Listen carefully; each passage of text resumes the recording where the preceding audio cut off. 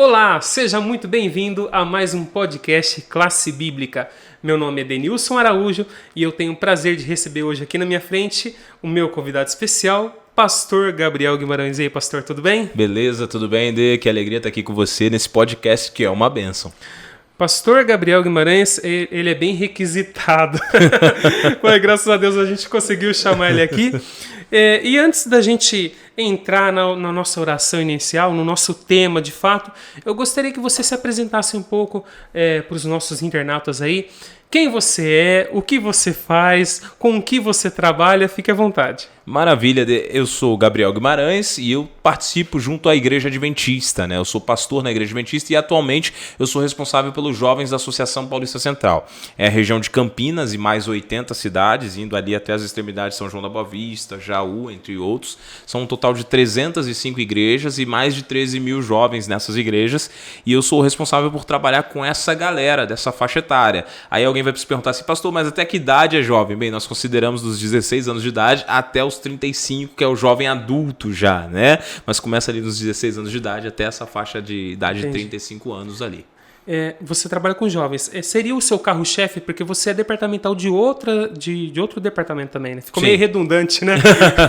Mas você cuida de outro departamento também. Sim, eu cuido dos jovens, que seria o carro-chefe, porque os jovens é a maior parte da minha responsabilidade. Mas eu tenho uma outra responsabilidade que é tão importante quanto não ocupa tanto espaço, mas é tão importante quanto que é a música. Então a música também é uma área muito importante dentro da igreja, no processo de adoração e todo o resto. Então nós cuidamos da música também. E ainda dentro dos jovens, que é por isso que eu falo que é a maior parte, nós temos a Missão Caleb, que é a parte da missão dos jovens, e temos os jovens universitários. Então você vê que os jovens eles se dividem em pelo menos 3 segmentos. E eu tenho a música, que é uma pasta separada que nós cuidamos também. Então deu para entender porque ele é muito requisitado, não é verdade? Eu quero deixar aqui para vocês as nossas redes sociais. Você já conhece, @Classe Bíblica Online. Você nos encontra através do Facebook, YouTube e Instagram, ok? E você quer falar suas redes sociais também? Eu deixei até em você ali. Era para deixar em mim. Ou seja, a câmera tá pedindo para que você fale. Então, vou por favor, falar minhas redes então suas aqui. Redes sociais. Vou falar das minhas 2 redes sociais aqui. Primeiro, se você está nos assistindo, tá aqui, você já segue a Web Rádio. Segue a gente também no @JovensAPAC. Vou repetir, @JovensAPAC. Estamos no Insta, estamos no Twitter, estamos no TikTok, estamos no Facebook, estamos em todas as redes também. E nós também tem a minha rede pessoal também, que sai os conteúdos espirituais também lá. É o @Gabriel G. Manuel. Normalmente no meu podcast eu ia falar assim, Daniel, coloca aqui de baixo pra gente. A gente vai, um CGzinho a gente vai colocar aqui embaixo. Então, ó, aqui eu vou falar B, coloca aqui pra gente depois. @Gabriel G. Manuel. Tá legal? Manuel com U. Tá? Perfeito. Eu posso te chamar de pastor, de Gabriel. Fica à vontade. Nós somos amigos há muitos anos e fique à vontade. Vai ser sempre um prazer. Vou te chamar de Gabriel, então. Fica à vontade. Intimidade. A gente tem uma pequena intimidade. Sim, aí, né? Claro. Pastor Gabriel, poderia fazer a oração inicial pra gente? Claro que posso, vai ser uma alegria. Vamos orar, então. Querido Deus, obrigado pela vida do Denilson que está aqui, Senhor, por esse programa, esse podcast que tem levado a tua mensagem a tantos corações. Te peço também pelas pessoas que estão assistindo, que estão nos acompanhando, que elas possam ser abençoadas por todo o material que vai ser discutido aqui agora e que a sua presença reine conosco aqui agora. Obrigado por tudo, em nome de Jesus. Amém. Amém. Bom, uma coisa que eu tenho que falar para quem está nos assistindo é que o tema de hoje não poderia ser outro né? A não ser juventude. E eu quero te fazer a primeira pergunta. Eu já quero começar com tudo aqui, tá? Eu vi que você usou um termo aí, rápido demais antes do casamento. Existe um rápido demais? Na verdade, a minha pergunta era sexo antes do casamento, né? Mas você usou o termo rápido demais. Então, como é que é essa questão? Pode, não pode? O que você tem a nos dizer? Foi boa a sua pergunta. E essa pergunta surgiu nas minhas redes sociais esses dias. O pessoal me manda pelas caixas de perguntas algumas dúvidas que eles têm com relação a relacionamento. E o termo que os jovens usaram foi assim, alguns já fizeram essa pergunta. Pastor, existe rápido demais no relacionamento cristão? E é interessante que nos dias atuais é muito comum as pessoas pensarem que ao se relacionar, ao namorar, elas já têm que entrar com tudo e se entregar no relacionamento. Hoje em dia, você falar de sexo antes do casamento é algo que, para eles, o tabu inverteu. Se antes o sexo antes do casamento era um tabu, hoje não fazer sexo antes do casamento é o tabu. Então todos querem estar participando, querem estar fazendo, só que existem alguns lados que a gente precisa entender. O relacionamento humano passa por 3 fases. E isso é curioso, isso aqui ainda não é Bíblia, isso aqui é psicologia. 3 fases. A fase do namoro, que é a fase que você se conhece a pessoa. Então você vai conhecer o caráter, você vai conhecer a índole, você vai conhecer os valores, os princípios, a personalidade, o trato da pessoa com a família. Isso vai gerar ali uma intimidade um pouco maior e uma proximidade que vai preparar vocês para a segunda fase do relacionamento, que é o noivado. O noivado tem uma segunda função, é diferente da primeira função. Na primeira você conhece a pessoa. Na segunda, que é o noivado, você vai conhecer sonhos, planos, metas, expectativas futuras, ver se vocês estão alinhados para ir na mesma direção num projeto de vida, que é a terceira fase, que é o casamento. O casamento é a terceira fase, quando eu junto tudo agora, junto minha vida com a de outra pessoa, fazendo uma aliança que, segundo a Bíblia, é uma aliança eterna. Ah, mas Jesus falou que pode divorciar se houver relação sexual ilícita. Ele falou sim, ele falou isso. Mas lá na Bíblia ele também diz assim, porque vocês têm um coração duro, porque o certo era perdoar e na realidade o plano original é que a traição nem houvesse. Essa é a grande realidade. Então o casamento era algo que não era para acabar. E o sexo era a bênção de Deus para o casamento. Entendi. Eu acho que você está dando essa explicação, está entrando nas etapas, porque o que acontece se a gente atropelar essas etapas? Muito boa a sua pergunta. Quando eu atropelo as etapas, eu acabo tomando decisões erradas, normalmente baseadas na minha paixão ou na minha atração física ou na minha quantidade de hormônios que o meu corpo está produzindo. Isso acontece muito com os mais jovens e isso acarreta em consequências muito pesadas. Porque normalmente a pessoa que ela acaba saltando, como diz na minha terra, colocando o carro na frente dos bois, o carro na frente dos bois, o que acontece? Pode surgir gravidez indesejada. Pode ocorrer que um relacionamento não vai adiante como você queria e você se sente desvalorizado, e é o caso de muitas meninas ou homens que também se sentem desvalorizados e passam por depressão. Tem as doenças venéreas que são passadas em várias, hoje é muito comum entre a juventude. E também tem a questão espiritual. A Bíblia é totalmente contrária ao adultério e à prostituição. O que é isso? É o sexo com uma pessoa que eu não tenho um vínculo para a vida toda, ou seja, o sexo com uma pessoa que eu não estou casado com ela. A permissão divina, segundo a Bíblia, para sexo é com alguém que eu me casei. Qualquer pessoa que eu não me casei e tem uma relação sexual, para a Bíblia, é adultério. E se eu tenho essa relação sexual com várias pessoas diferentes, além do adultério, eu tenho a prostituição, que é algo que a Bíblia abomina. É um dos pecados de Sodoma e Gomorra, que era completamente repugnado por Deus. O que aconteceu? Sodoma e Gomorra foi destruída por fogo. Então, as bênçãos para um relacionamento estão vinculadas à fidelidade que eu tenho. Com quem? Com Deus e com a pessoa que eu me comprometi para o resto da vida. Então o sexo e o prazer sexual é uma bênção para a conjunção carnal de alguém, de um casal que segue os parâmetros de Deus e se casa para o resto da vida.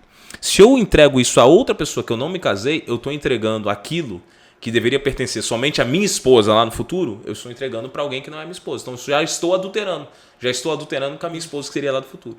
Entendeu? Entendi. Você falou uma coisa interessante, porque muitos jovens usam, né? É usado no meio jovem o termo fornicação. Sim. Quantas vezes na igreja a gente não viu, um jovem com outro ali, fornicou, né? Tudo mais. Exato. Mas a questão é, você disse que quando você avança esse sinal e passa a possuir uma coisa que ainda não é sua, não existe fornicação, é adultério, ponto final. É adultério. Por quê? Porque é um sexo fora dos parâmetros do casamento. A Bíblia prevê sexo dentro do casamento. Adão e Eva, quando se conheceram, como é que funcionou? Deus criou Adão, depois criou Adão, criou Eva. E aí na Bíblia vem assim, Adão conheceu Eva. Quando Adão conheceu Eva, o termo é de conhecimento sexual. Realmente Adão teve uma noite com Eva, que era sua esposa. Mas isso foi posterior ao casamento entre Adão e Eva. Então Deus criou Eva, entregou para Adão, casou os dois e posteriormente houve o sexo, que é de fato uma bênção planejada por Deus entre homem e mulher para a bênção depois do casamento. Mas essa intimidade é algo que é para ser desfrutado dentro do casamento. E isso traz bênçãos para o casamento. Porque essa intimidade, o sexo é uma parte tão importante dentro do casamento que ela mantém os dois unidos e mantém um casamento vivo. E é curioso que os casais que não têm essa intimidade, eles passam por mais dificuldades. Por quê? Porque o sexo é uma engrenagem forte dentro do casamento. Ele precisa existir. Quando ele não existe, isso gera uma ausência de intimidade. A ausência de intimidade cria um rompimento nos relacionamentos. E isso tem gerado traições aos montes. E aqui vem um outro detalhe. A nossa mente ela é facilmente deturpada. Se eu vivo uma vida de orgias, de promiscuidade antes do meu casamento e de uma vida sexual promíscua totalmente fora, seja ela em atividade sexual com outras pessoas, ou seja ela através do adultério virtual hoje, que seria pornografia, a gente pode voltar um outro dia para falar sobre, a minha mente ela vai sendo destruída com relação ao prazer sexual. Porque eu sei que a gente tem pouco tempo, mas de forma geral, os neuroreceptores que recebem as células do prazer, eles ficam deturpados. A minha janela de prazer dentro do meu cérebro, vamos imaginar 2 pontos. Um que gera os neuroreceptores do prazer e outra janelinha pequena que os recebe, que seria o auge do prazer. Quando eu vivo uma vida promíscua, o que acontece? Eu gero muitos neuroreceptores, a minha janela não aumenta, ela continua pequena. Quando ela recebe essa chuva de neuroreceptores, ela recebe aquilo durante um tempo. Como o cérebro detecta que aquilo é uma deturpação, o que ele faz? Ele fecha essa janela, fazendo que eu tenha que buscar algo ainda mais pesado para que eu alcance o prazer. Por isso que é muito comum quem começa na vida de promiscuidade, começa num nível, e aí fala assim, cara, mas eu já cheguei no nível que eu não estou tendo mais prazer. O que eu faço? Busco algo ainda mais pesado, porque a minha janela fechou, aí eu preciso gerar outra fonte de prazer. Então eu vou a coisas mais bizarras, mais pesadas. Semelhante a uma pessoa que é viciada numa droga qualquer, né? Exatamente. É dessa maneira. Então, quando eu respeito as regras do sexo para dentro do meu casamento, e eu respeito de tal maneira que eu não me relaciono nem com outras pessoas, nem fisicamente, nem virtualmente, eu estou fazendo com que o meu corpo e a minha mente sejam mais saudáveis. Porque eu vou viver dentro do aspecto que Deus planejou. E olha como a ciência comprova Deus. Porque a pessoa que é fiel a um parceiro e vive uma vida sexual saudável com um parceiro, ela desenvolve mais hormônios do descanso, do prazer e outros hormônios que te ajudam a manter uma mente saudável. Isso resulta numa memória mais saudável, no seu psicológico está mais saudável, em longevidade de vida, em saúde, em imunidade, em um monte de outros aspectos que eu não tenho quando eu vivo uma vida promíscua. Só que hoje no mundo, a promiscuidade e a devassidão se tornaram padrões morais. Porque é muito comum você falar ao jovem que não fez sexo ainda, que é isso, esse cara é de outro mundo. Só que de fato eu tenho que concordar, é de outro mundo, é do céu, não é da terra. Exato. Então a gente precisa ir nessa direção, né? Aproveitando que você falou sobre namoro, noivado e casamento, sim. De uns anos pra cá, né? Eu acho que isso sempre existiu, na verdade. Eu acho que só mudou o nome dele. Hoje a gente tem um novo termo, que é o ficar, né? Eu acho que você vê muito jovem falando meu crush. Sim, então... meu crush ali, né? E tal, tem muito. E a pergunta seria essa: namorar e ficar. O namoro é parte de um relacionamento. Tanto é que quando uma pessoa entra no processo de noivado, né, e casa, o namoro não termina, o namoro continua até o final da vida. Sim. Era pra ser assim. Era pra ser assim. Era pra ser assim. Casou, não tá namorando mais? Não tá namorando mais, sim. Só que existe o ficar. Certo. Qual que é a diferenciação dos dois e o que você tem a me dizer? Eu não sei se tem alguma coisa na Bíblia ou não. O que você tem a me dizer à luz das Escrituras, se tiver, obviamente, sim, se ficar é correto ou não? Bem, vamos lá. A gente não vê na Bíblia exatamente um termo namoro, porque nos tempos bíblicos os casamentos eles eram meio que arranjados. Ou se uma pessoa se apaixonasse, é muito comum você encontrar na Bíblia que um homem se apaixonou por uma mulher e a tomou por esposa. Sendo que no tempo bíblico esse compromisso ele era quase sempre para toda a vida.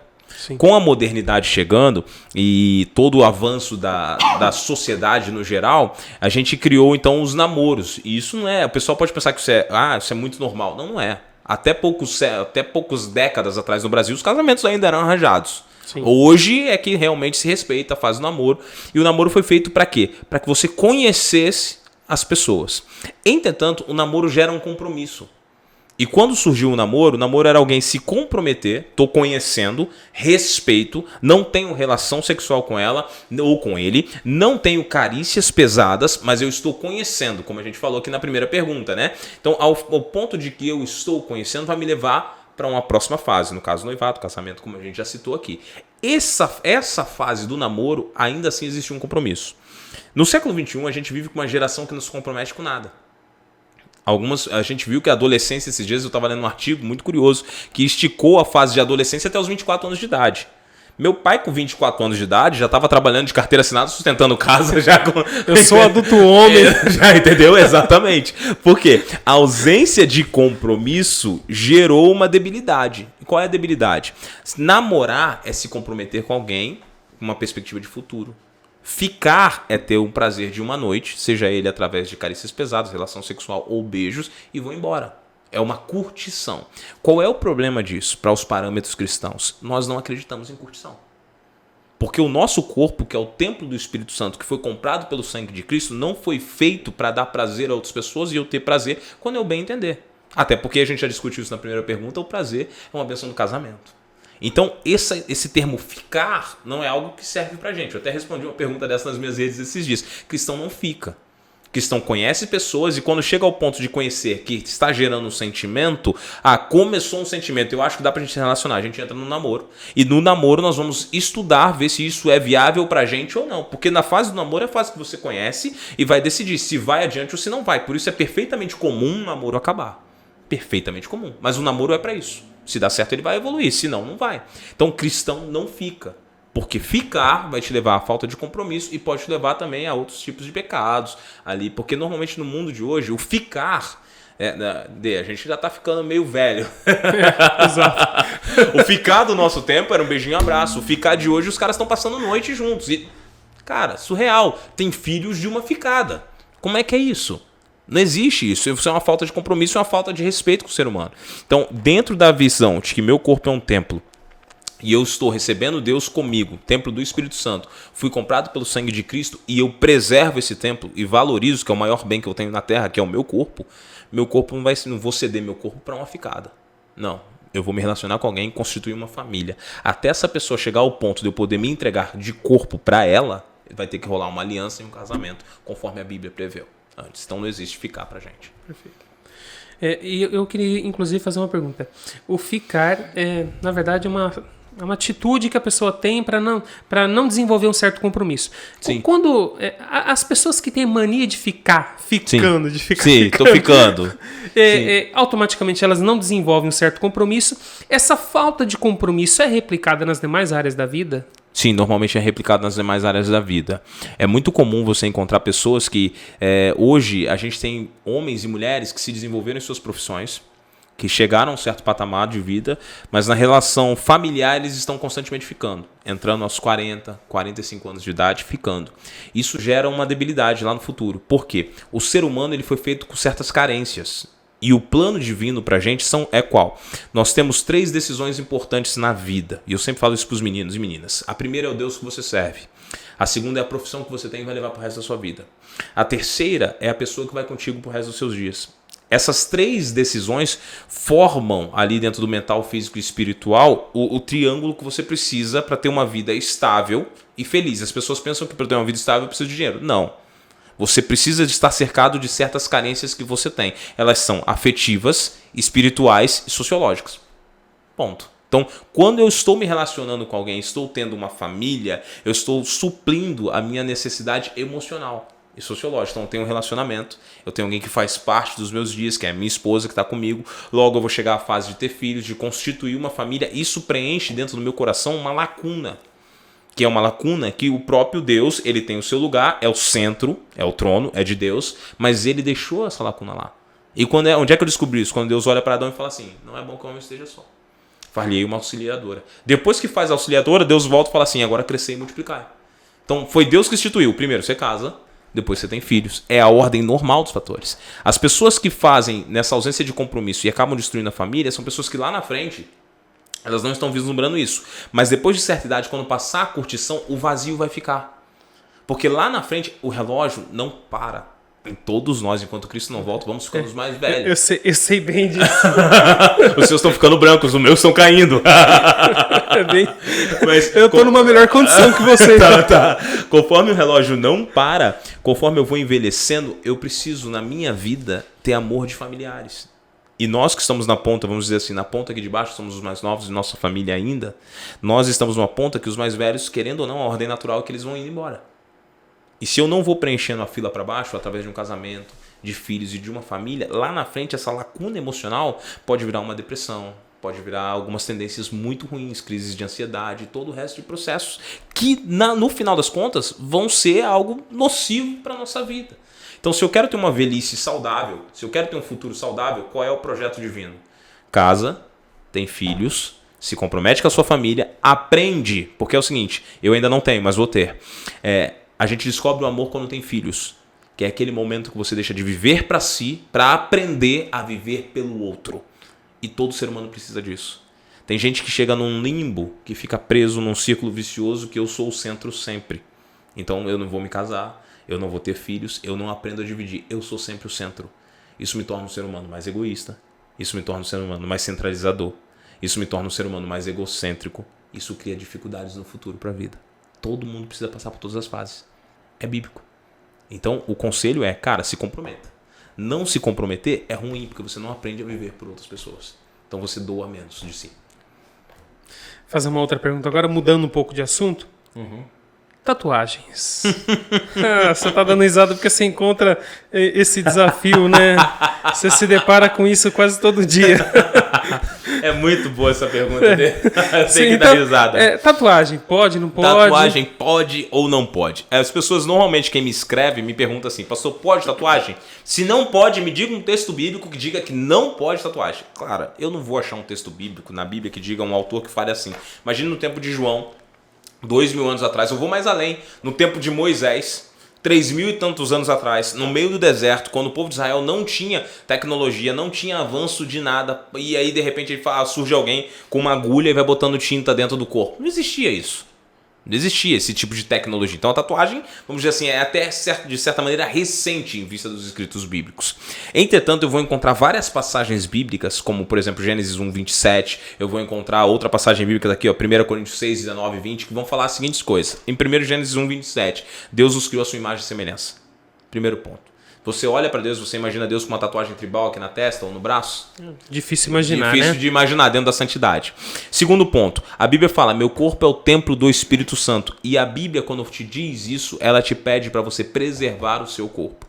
Então, o corpo que Deus nos entregou, isso aqui, Gabriel, o Denilson, o senso de pertencimento que nós temos é muito grande. Nós vivemos numa sociedade que fala assim, meu corpo, minhas regras, eu faço o que eu quiser com o meu corpo. Bacana, você pode ter esse pensamento com você. Entretanto, a Bíblia diz que nós fomos comprados com sangue. O que significa que, por mais que eu pense que tudo isso aqui é meu e que eu sou eu pertenço a Deus.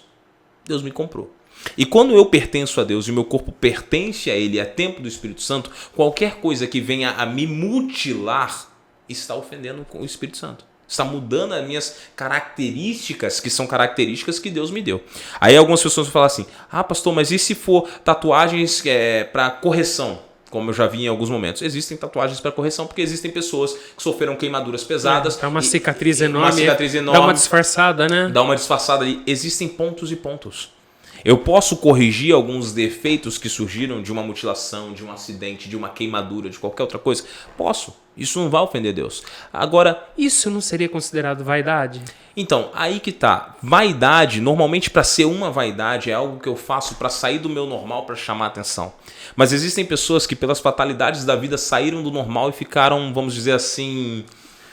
Defeituosos, né? Exatamente. Então, desprovidos de algumas características normais, naturais do ser humano. Então, quando ela tenta preencher isso para voltar à normalidade, a gente não poderia considerar isso uma vaidade, mas um simples desejo de voltar à normalidade da vida. Quem sabe não ser notado pela sua falta de algum órgão, alguma coisa do tipo, alguma mudança que surgiu. Então, ele faz alguma coisa para poder corrigir. Eu já vi, por exemplo, casos de pessoas que têm sardas pesadas no rosto, na pele, e que usam maquiagens pesadas. Algumas tentam mudar com tatuagem, alguma coisa do tipo. Não chega a ser um pecado que está voltando à normalidade. Agora, eu não posso também dizer para você, não, vou pegar agora e vou tatuar aqui no meu braço aquela tribalzona que vai vir até aqui embaixo, aqui, até o meu peito aqui, vai subir no meu pescoço aqui. Aí então eu estou alterando completamente as características de um corpo que Deus me deu, que é templo do Espírito Santo. A Bíblia em nenhum momento me autoriza a modificar ou agredir o meu corpo da maneira que seja, porque eu quero agradar o meu eu e não agradar a Deus. E aí vem esse detalhe, é muito crucial aqui, muito interessante. Deus falar para mim que eu não posso, na Bíblia eu não vou encontrar um texto que me diga assim, cara, não faz. Mas eu vou encontrar milhares de textos que me dizem, cuida do corpo que eu te dei. De diversas maneiras, preserve-o. Não faça nada que venha a mutilá-lo. Vou te citar um outro exemplo. A gente conhece hoje pessoas que já tatuam seus olhos. pessoas que tatuam suas línguas. Exato. A gente conhece hoje, eu vi um caso que é assustador. O cara tatuou... Eu acho que você não tá falando... Não, acho que você vai falar outra... Eu vi aquele cara que tá parecendo Satanás. Sim. Ele até colocar implante Ele colocou assim, implante, de chifrinho, exatamente. ele colocou. Eu vi um outro rapaz que, além de ter tatuado mais de 99% do seu corpo, ele mandou amputar os seus 2 dedos, aqui esses 2 dedos, no caso o anelar e o mindinho, das 2 mãos. E o próximo plano era achar um país que aceitasse ele amputar uma das pernas para ele ficar mais parecido com um extraterrestre. Ele já havia cerrado os dentes, já havia cerrado a língua no meio e já havia tatuado tudo, inclusive os seus olhos. Quando a gente fala que a gente é a imagem e semelhança de Deus, a gente tem que entender que quando Deus nos deu esse privilégio da criação, diante de uma criação de milhares de seres, animais, vegetais e outras coisas, os únicos que têm a imagem e semelhança de Deus somos nós. Quando Satanás deixa e coloca na nossa mente que nós precisamos destruir essa imagem, ele não está afetando quem está destruindo, ele está afetando o Deus que é a base disso. Então a gente precisa entender que a batalha é espiritual. Ah, eu gosto, eu curto. Cara, mas Deus não vai se agradar disso. Ah, mas eu vou colocar o nome de Deus lá. Deus prefere que você renda a Ele um culto de adoração através do seu coração, com a Bíblia, com a boa música, adorando a Deus, do que você tatuar na tua testa Deus. Não faz sentido para Ele. E a adoração não é o que eu quero oferecer, mas é o que Deus me pede. Então não faz sentido. Mudando de pato pra ganso, agora a gente vai falar sobre outra coisa que cria assim um certo tumulto, né, entre os jovens. Alguns fazem uso, outros não fazem uso. Sim. Quem tá me ouvindo pensa que é droga? Não, não é droga. Não deveria, ninguém deveria fazer uso de drogas. Exato. Mas se bem que nesse caso aqui até acaba virando uma droga, né? Eu queria que você falasse dos estimulantes, do café, da coquinha. Boa. E de outras coisas mais energéticos. Fala pra gente, por favor, Bacana. sobre isso. É muito comum nos dias atuais a gente ver a molecada tomando energético. Muito comum, tem vários, posso citar várias marcas que aparecem. A molecada que malha toma muito o famoso pré-treino. Normalmente eles são à base de cafeína, de taurina e de outros componentes. E que normalmente a gente tem a falsa ideia de que eles estão gerando energia.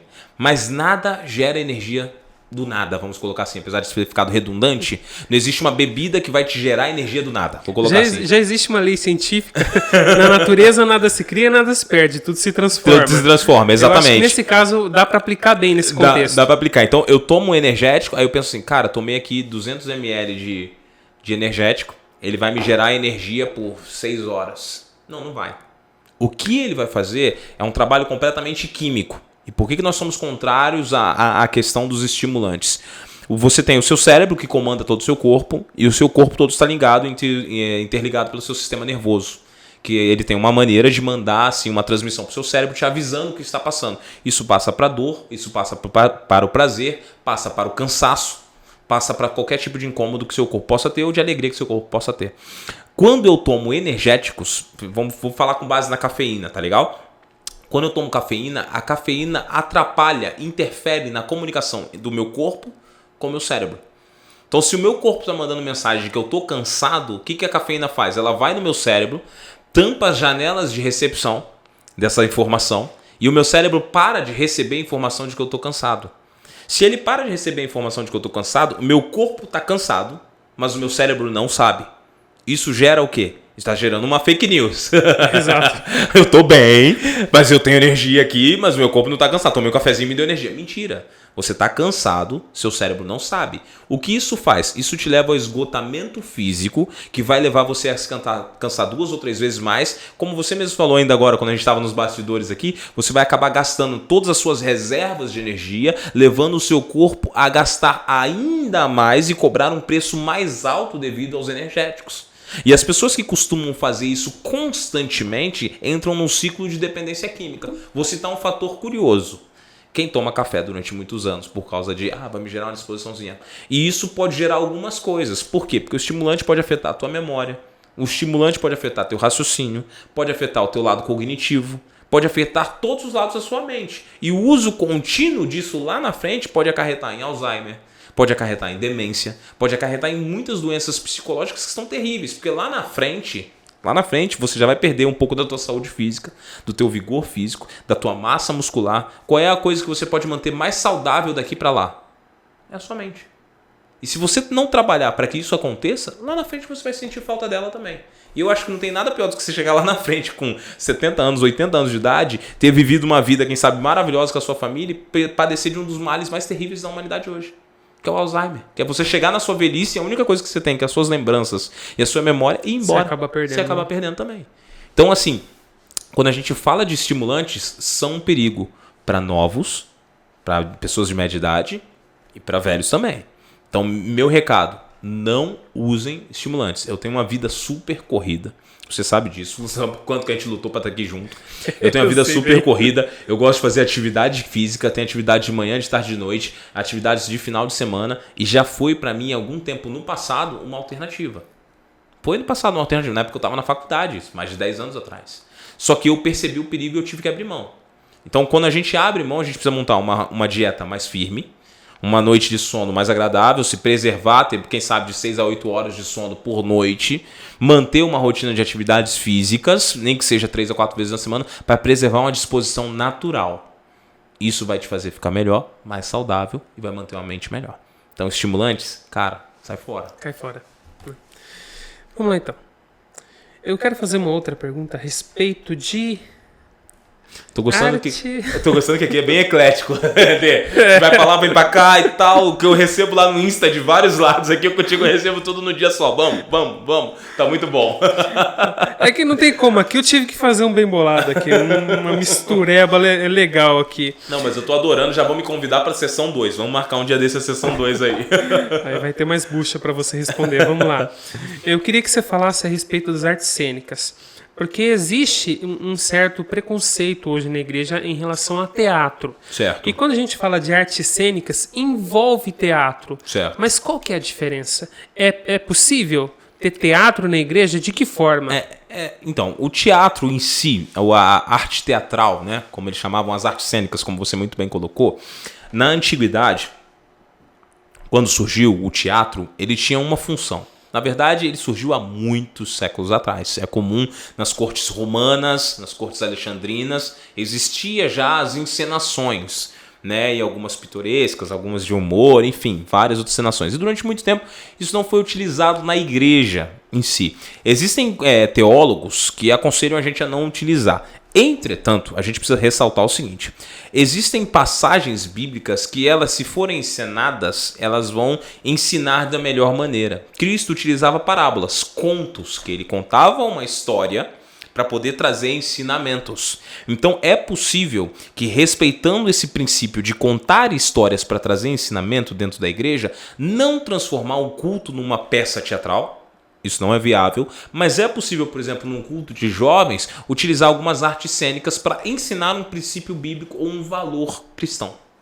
É totalmente possível. O que eu não posso fazer é achar agora que, como isso é possível, eu devo pegar partes teatrais do mundo ou peças mundanas e trazer para dentro da igreja. Secularismo dentro da igreja. Exatamente. Aí eu estou com um problema. Por quê? Porque quando eu utilizo essa ferramenta para trazer uma lição bíblica, para ilustrar uma parábola de Cristo, para ilustrar um ensinamento cristão ou um ensinamento bíblico, eu estou indo por um caminho de adoração.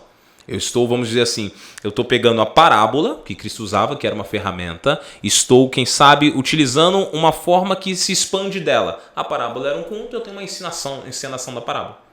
Tranquilo. Não houve um pecado, não afetou ninguém, tá tudo tranquilo. Existe um momento, o lugar e o ambiente. Então a gente precisa analisar que formato vai ser usado. Se eles aprendem conversando entre eles, é o formato da escola sabatina, por exemplo, de jovens. Bate papo, troca ideia, PG, porque ali eu aprendo, eu assimilo, da minha opinião, vou na troca de ideias. Eu lembro até daquele verso de Paulo, né? Tudo me é lícito, mas nem tudo me convém. Nem tudo me convém. Exatamente. Então retém o que é bom, não é verdade? Exatamente. Então quando eu falo de artes cênicas, eu não posso pontuar, cara, é um pecado, não devo fazer. Não vou ter base bíblica para te dizer isso. Eu vou ter conselhos de cristãos, de teólogos e até do Espírito de Profecia que eu devo reter isso e devo aplicar isso ao ambiente devido. Tá legal? Aí eu vou abrir um parênteses aqui, tá legal? E os teatros lá fora, que tá muito na moda agora, acho que, não sei se você colocou aí, a gente até conversou um pouquinho sobre isso. Tá muito na moda, vou lá fora assistir um humorista tal, vou lá fora assistir não sei o que, vou lá fora assistir não sei quem. Cara, nós devemos tomar cuidado com o que nós assistimos. Devemos tomar muito cuidado. O Espírito de Profecia chama os nossos olhos e ouvidos de janelas da alma. Exato. Então, o que chega, eu preciso filtrar. O cara tá me fazendo rir, só vou lá para dar risada. Mas que tipo de humor está sendo me passado? Porque o humor de hoje, ele é um humor depravado. Apelativo. É um humor apelativo. É um humor que vem com linguajar muito pesado. Muito pesado. Então, eu preciso entender que o meu linguajar, que os meus padrões, que os meus princípios não são iguais aos do mundo. Eu vou fazer acepção de pessoas. Não é acepção de pessoas. Você não vai rejeitar ninguém. Só que você não vai ficar num ambiente que não bate com seus princípios e valores. É simples. Aí a gente cai naquela luta, né? Você deixa de influenciar, acaba sendo influenciado. Acaba sendo influenciado. Você é o famoso fruto do meio.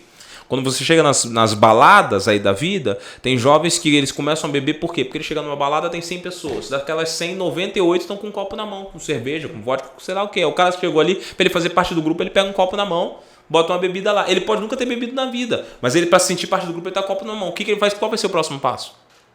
Ele vai beber. Então a gente não é fruto do meio. Eu não vou para aquela sociedade ali para mim, tô lá, tô infiltrado, só vim aqui assistir. Cara, vai me corromper. Não existe pessoas que não se corrompem. Então eu preciso selecionar o que eu vou assistir. Volta ao verso que você citou. Tudo me é lícito, mas nem tudo me convém.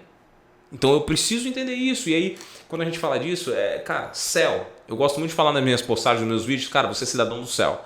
Então vive como cidadão do céu. Não é acepção de pessoas. Não faço acepção de pessoas. Eu escuto todos, eu recebo todos.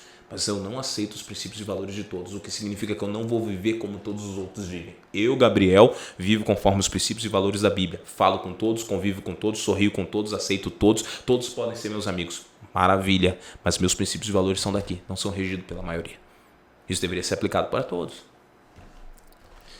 Tudo me é lícito, mas nem tudo me convém. Nossa, esse verso é fantástico, né? Eu vou iniciar a pergunta com esse verso. Certo. Bateria e guitarra na igreja. Outro dilema. Fala pra gente. Esse é um tabu gigante. Quem me diria que hoje eu teria que trabalhar na área da música, que é uma das coisas que eu mais amo. Eu cresci na igreja na década de 90. Né? E eu me lembro nesse tempo que existia um tabu muito grande com relação à bateria. Muitos irmãos, a bateria não é de Deus e tal e tudo mais. E eu lembro, na minha adolescência, de olhar na Bíblia e ver, por exemplo, Israel dando voltas em Jericó, e soprando as trombetas e as muralhas caindo. E eu, na minha juventude ainda, não tinha estudo teológico ainda, eu imaginava, porque nos tempos antigos os exércitos iam e eles tinham o que regiam eles?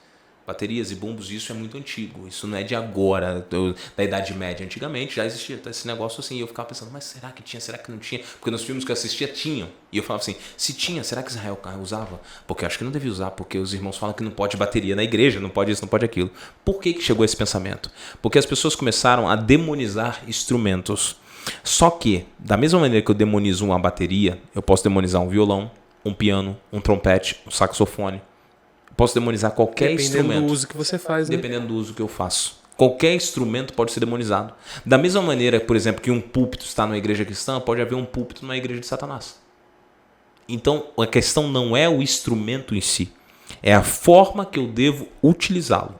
Isso quer dizer que todos os instrumentos são lícitos. Quando a gente olha para os Salmos, a gente encontra vários instrumentos sendo utilizados. Cada um deles tinha seu ambiente e seu local. Então, nos dias atuais, eu acho que a igreja acabou aprendendo e evoluindo de certa maneira para perceber que o problema não é o instrumento, mas é a utilização. E o que eu quero dizer com isso? Existem músicas cristãs que eu gosto muito. Cara, eu gosto de academia. Já te confessei isso aqui ainda agora, Odê. Eu gosto de academia. Se eu for para academia, eu vou conseguir escutar lá Infinita Graça no saxofone, no piano. Como é que eu vou puxar um ferro com isso? Perde a motivação. Vou perder a motivação. Por quê? Porque eu preciso de uma música que me acelere, porque eu vou estar ali empurrando peso e eu preciso estar acelerado, preciso estar com a adrenalina mil. Então o que eu vou buscar? Eu vou buscar algumas músicas que sejam cristãs, e aqui a gente tem uma junção. A música ela é feita por dois componentes. A melodia, que são os instrumentos, e a letra da música. Que vem agora as informações, que vem a teologia, os versos bíblicos, as reafirmações de doutrinas, tudo isso vem na letra da música. Então esses dois conjuntos formam uma boa música. Então eu posso ter uma música que é só no piano, mas que eu tenho uma letra de 4 linhas que fica repetindo o tempo todo, cai no erro das vãs repetições. Não tem bateria, só tem o piano. mas fica repetindo o tempo todo. E Deus é Salvador, e Deus é Salvador, e Deus é Salvador, e Deus é Salvador. Virou um mantra. Não faz sentido. Então a letra da música ela tem que ser inteligente, racional, e ela tem que ser uma letra consciente. O coro repete, mas as estrofes elas trazem pensamentos, elas seguem uma linha lógica, elas demonstram uma teologia. Bacana. Letra. Música. A música são instrumentos que estão ali, piano, violão, bateria, tudo isso. Aí vem a questão do ambiente. Eu tenho uma música que está um pouco mais agitada, a molecada que está nos assistindo está muito acostumada a cantar Rumo ao Lar. Para casa eu vou, com saudades. Todo lugar que eu vou agora com os jovens, eles querem colocar essa e ainda ficam gritando, toca Shekinah.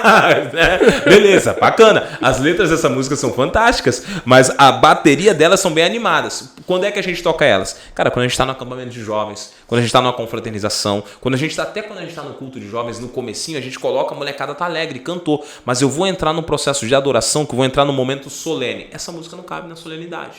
Porque no momento solene eu desacelero.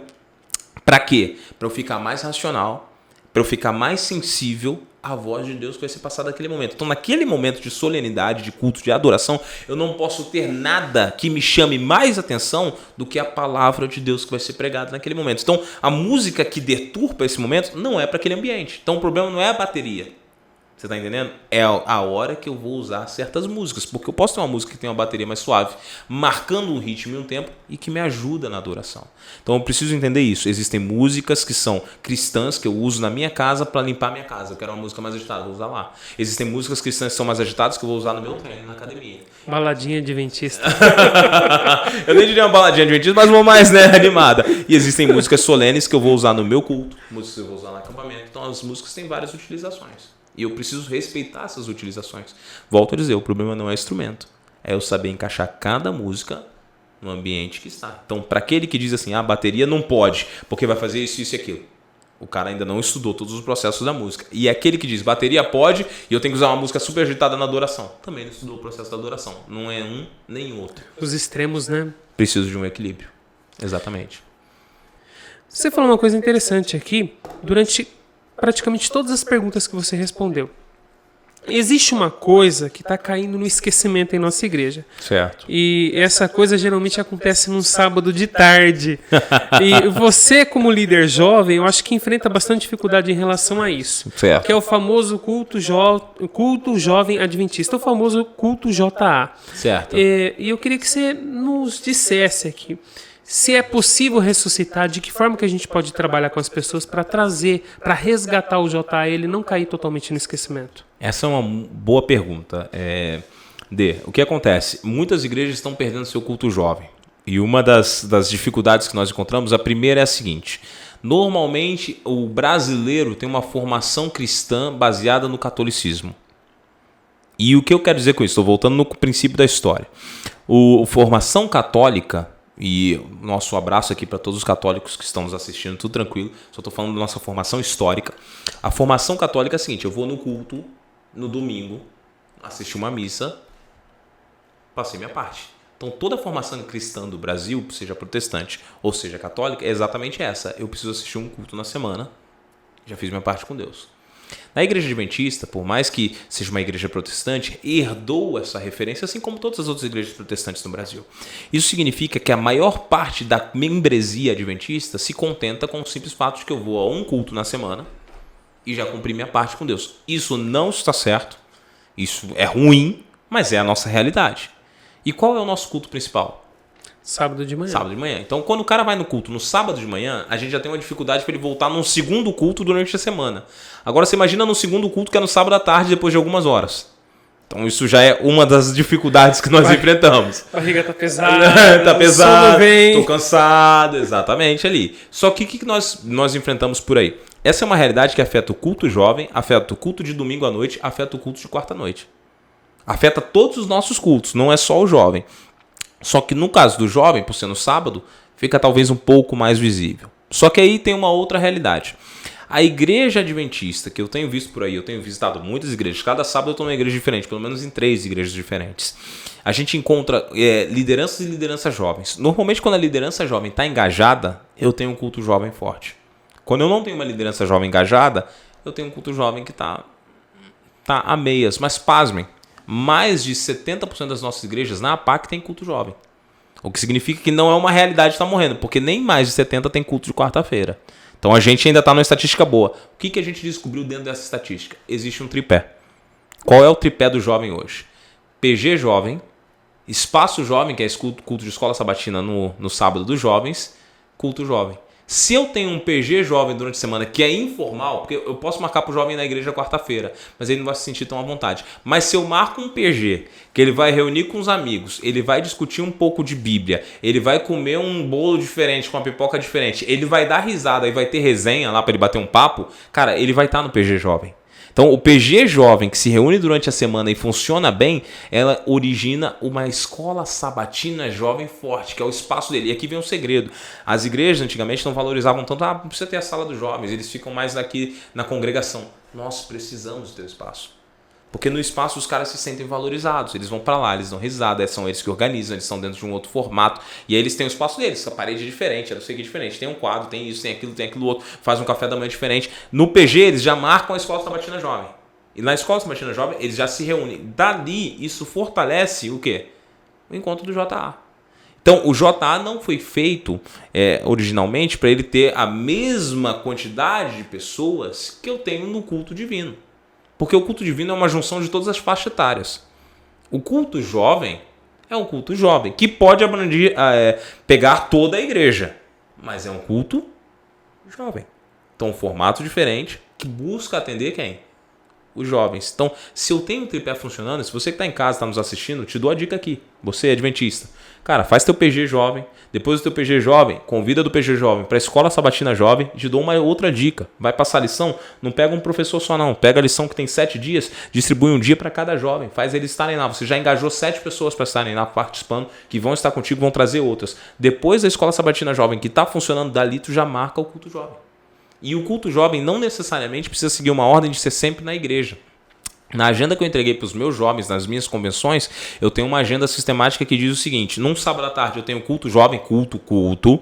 No outro sábado à tarde eu tenho ação missionária, que eu tenho os jovens indo para fora fazendo algumas ações que envolvem ali entrega de livro, envolve atender algumas comunidades. No outro sábado eu tenho o jovem em ação, que eu tenho um culto de pôr do sol e na sequência eu tenho uma confraternização, vai hora social, jogar um vôlei, fazer alguma coisa do tipo. E no outro sábado eu tenho visitação. Então todos os sábados os jovens estão em atividade, incluindo o culto jovem. Então eles estão sempre trabalhando. Quando a gente segue essa linha de trabalho, aonde está seguindo essa linha de trabalho? Não está morrendo o culto jovem. Está funcionando. Exige um pouco mais de trabalho? Exige. Exige compromisso? Exige. Exige engajamento? Existe. E para quem está na direção de jovens, cara, não pode desistir de qualquer maneira. Eu estou cansado de ouvir jovem, eu não vou porque o pessoal não veio. Você não está ali para fazer pessoal, você está ali para fazer para Deus. Se te comissionou o ano todo, faça o ano todo, porque Deus te chamou o ano todo. Então, o segredo para qualquer área do Ministério Jovem, incluindo o culto JA, o segredo do sucesso do culto JA está literalmente na liderança, fortalecimento da liderança Fortalecimento jovem. Da liderança. A liderança precisa ser fortalecida e a gente precisa entender que liderar é engajar, é delegar. E o que eu quero dizer com isso? Tem diretores jovens que eles querem ser os caras que batem o escanteio, cabeceiam a bola e vão no gol para defender. Não funciona assim. Eu sei que em algumas igrejas, tem um diretor de jovem, tem poucos jovens. Os poucos que você tem, engaja. Divide a sua liderança, repassa e delega atividades e traz eles para trabalharem contigo. Se eles estão trabalhando contigo, aí você já parte para o tripé. PG, escola sabatina, culto jovem. Aí, meu amigo, aí o negócio vai andar. Vamos lá. Você como líder jovem, sim, você provavelmente enfrenta algumas dificuldades. Certo. E eu queria que você falasse resumidamente. Sim. O papo tá muito bom. O papo tá bom, o nosso tempo tá passando. Exato. Eu queria que você falasse resumidamente quais são as principais dificuldades que você encontra com jovens. Tá. As principais dificuldades que eu encontro com o jovem hoje. A gente vive numa geração que não tem comprometimento. Então nós temos poucos jovens comprometidos. Muitos reclamando que a igreja não dá espaço, mas a realidade é que nós temos pouquíssimos que são comprometidos. Os que eu tenho que são comprometidos normalmente ganham mais espaço na igreja. Então a igreja não vai dar espaço para aqueles que não se comprometem. Isso é uma realidade. Então a primeira coisa que a gente precisa entender como jovem, nós precisamos nos comprometer. Precisamos ser aquela geração de 1 João, que João fala assim, jovens, eu vos escrevo porque vocês são fortes. Nós somos a geração que precisa se comprometer. Segunda dificuldade, além de comprometimento, eu preciso de jovens que levem a sério a mensagem. Eu não. Deus precisa de jovens que levem a sério a mensagem. Então a segunda dificuldade que a gente encontra com os jovens é que a gente tem jovens hoje que não levam mais a sério a mensagem, não levam mais a sério o evangelho. Então eu sou cristão, alguns chegam a ser militantes do cristianismo. O que é ser um militante do cristianismo? Eu defendo, eu digo que é bom, eu tô lá, mas eu não sou cristão. Porque o quê? É aquele cara que está lá defendendo a bandeira, mas que não está vivendo por ela. Então a gente não precisa de alguém que defenda a bandeira, a gente precisa de alguém que viva o cristianismo. Alguém que seja de fato cristão. Quando o cara é de fato cristão e ele está comprometido com a causa, a gente vai evitar algumas coisas. Quais são elas? Primeiro, o jovem que não é comprometido, em pouco tempo ele vai sair da igreja. O jovem que é militante, em pouco tempo ele vai sair da igreja. E aí a gente tem uma dificuldade grande. Qual é? Se o jovem está comprometido e ele está engajado vivendo o cristianismo, ele não vai sair da igreja. Porque ele não está na igreja por causa dos irmãos, ele não está na igreja por causa da religião, ele não está na igreja por causa do cargo dele ser diretor jovem. Ele está na igreja porque ele vive o cristianismo. Isso leva ele a ter atitudes e ações que vão levar ele para mais perto de Deus e como consequência disso ele vai trabalhar para trazer mais jovens e vai diminuir as dificuldades que os jovens têm dentro da igreja. Porque a maioria das vezes que nós temos dificuldades dentro da igreja, não é porque a igreja não quer dar oportunidade. Eu sei que tem igrejas que são difíceis, eu sei que a igreja passa sempre e eternamente vai passar pelo conflito de gerações, que são os mais velhos, os mais novos, as crianças, os idosos. Então existe um conflito de gerações dentro da igreja, isso é natural, tá legal? Mas eu também entendo que esse conflito de gerações durante muitos anos foi porque os jovens não assumiram o seu papel e não se comprometeram. Só que a gente chegou um tempo agora, que a gente vive os dias que antecedem a volta de Cristo. Não dá mais para o jovem ficar por aí sem se comprometer. A gente precisa de jovens que se comprometam com o evangelho, sejam verdadeiros cristãos e se comprometam com a causa da igreja. Fazendo isso, eles vão ocupar seu espaço. Eles vão ter sua vez, eles vão ser respeitados. Mas isso precisa ser demonstrado e ser conquistado através do quê? Do engajamento e do comprometimento. É o que eu tenho falado com os meus jovens, com os meus diretores. Eu comecei, tem 1 ano e meio com os diretores da PAC. Cara, eu tinha igrejas que eu não tinha diretor de jovens. E pasme, não tinha diretor de jovens com 20 jovens na igreja. Qual era a dificuldade? É falta de jovens? Não, tem 20 jovens lá. É porque a geração não entendeu que alguém precisa se comprometer para fazer o carro andar. Eu fico imaginando como que esses jovens, eles continuavam numa igreja sem uma liderança para eles. Exatamente. E aí o que acontece? Estão lá, uma maioria, porque o pai é, porque a mãe é, porque o irmão é, porque gosta do grupinho, porque gosta da conversa. Só que se eu não tenho alguém para encabeçar e se comprometer... Eles vão acabar saindo. É questão de tempo. Vão sair. Então eu preciso de pessoas que se comprometam. Aí eu vou lembrar das gerações passadas. Eu vou falar isso aqui, o pessoal vai dar risada em casa, mas tem 17 anos que eu tinha 20. Já passou um tempinho, né? Dá quase duas idades jovens aí. Duas idades jovens aí. Já tem 17 anos que eu tinha 20. Mas eu me lembro do seguinte. No meu grupo de jovens, era eu, mais 2 amigos. E acabava que, naturalmente, nós éramos os líderes desse grupo. Então nós tínhamos o grupo musical que nós liderávamos ali com eles, nós cantávamos, nós saímos para fazer programação. Ao mesmo tempo que nós saímos para fazer programação, nós tínhamos o nosso pequeno grupo de jovens com eles. Nós também tínhamos a nossa classe de jovens que nós frequentávamos com a galera. Nosso grupo de confraternização, a gente comia pizza junto, a gente dava risada junto, a gente ensaiava junto, a gente fazia culto junto, a gente fazia tudo junto. Resultado, a minha geração daquele tempo que tinha todas essas atividades, ainda está todos eles dentro da igreja. Eu não posso te dizer que nenhum amigo dessa geração olhou e falou assim, cara, não quero mais estar com Deus. Não posso dizer isso, porque todos eles acabaram se casando ali dentro, tendo seus filhos ali dentro, estão vivendo a realidade ali dentro. Mas onde foi que isso surgiu? Quando a gente, dentro do nosso grupo, a gente percebeu uma coisa, alguém precisa se comprometer. E basta que um se comprometa e vá puxando os outros, que o grupo vai vir. Porque não adianta eu vir de fora e eu falar assim, esse aqui é o líder, ele não faz parte do grupo, eu coloco o cara lá dentro. Mano, dificilmente isso vai funcionar. Então a galera que está ali dentro precisa entender, opa, eu preciso puxar o carro. Quem vai? Se ninguém puxou, eu vou puxar. E aí vem aquele outro detalhe. Deus capacita aqueles que se dispõem. Capacita aqueles que se dispõem. Naquela época nunca passou pela minha cabeça que eu ia ser pastor. Mas nunca passou na minha cabeça que eu ia ser pastor. Mas nunca de jeito nenhum. E nessa fase que eu estava vivendo, eu estava superando uma timidez que era gigantesca na minha vida, porque até os 14 anos de idade eu não gostava nem de sentar na mesa para almoçar com os outros que minha mãe levava em casa. E isso foi sendo superado nessa fase aí, para no futuro eu vir a ser pastor. E quem diria que no futuro eu seria pastor de jovens? Nunca imaginei. Superou bem, viu? Então, Deus ele vem trabalhando essas condições. Então, maior dificuldade hoje? Precisamos de jovens que vivam o evangelho e se comprometam e se engajem na obra. O papo tá muito bom, mas infelizmente chegamos ao fim. Que pena, olha só, e passou rápido demais, hein, Dê? Cara do céu. Pastor Gabriel, quero te agradecer pela sua presença aqui, por ter abraçado a ideia de apresentar esse podcast aqui junto a mim. Deus continue te abençoando, Deus continue lhe usando no Departamento Jovem, Departamento da Música e muitos outros que eu tenho certeza que ainda virão pela frente aí. Amém, amém, se Deus quiser. Quer dirigir uma última palavra aos nossos jovens? Eu deixo aqui meu apelo para os jovens o seguinte, eu comecei esse ministério com jovens um tempo atrás, falando para eles o seguinte, o meu sonho é ver Jesus voltando na nossa geração. E eu acredito muito na força dos nossos meninos e meninas para nós abreviarmos essa volta vivendo o evangelho. Então meu apelo para você jovem que está em casa é se comprometa com Deus, mas se comprometa ao ponto de você levar esse evangelho para o mundo. Para você viver esse evangelho, para finalmente Jesus voltar. Vou te contar um sonho que eu tenho. Imagina nós vivermos nessa terra e vermos Cristo voltando com os nossos olhos, não passarmos pela morte e ainda temos o privilégio e o prazer de ver o céu sendo rasgado por Cristo nas nuvens dos céus, com todos os seus anjos e finalmente chegarmos ao final da história. Isso é um privilégio que nós podemos viver, mas para isso você precisa se engajar na missão. Então meu apelo para você é o seguinte, não somente se entrega ao evangelho, viva o evangelho, mas anuncie o evangelho, que é o maior privilégio que nós temos nessa terra. Deus te abençoe, te guarde, te use poderosamente e continua com a gente aqui na Web Rádio, que é bênção. Valeu! Web Rádio? Podcast. Podcast, é verdade. Web Rádio era antiga.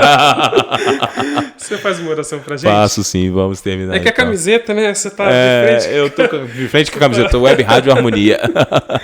Ora pra gente, vamos orar então. Querido Deus, obrigado pelo privilégio de participarmos aqui com o Denilson nesse ministério virtual. Te pedimos, Senhor, que o Senhor possa continuar abençoando a cada um dos ouvintes que aqui estão, cada um daqueles que aqui participam, que eles possam ser guiados pela Tua mão poderosa e receber do alto a porção dobrada do Teu Santo Espírito. Permaneça conosco. Obrigado, Senhor, pelo Teu sacrifício na cruz e pela graça que nos alcançou.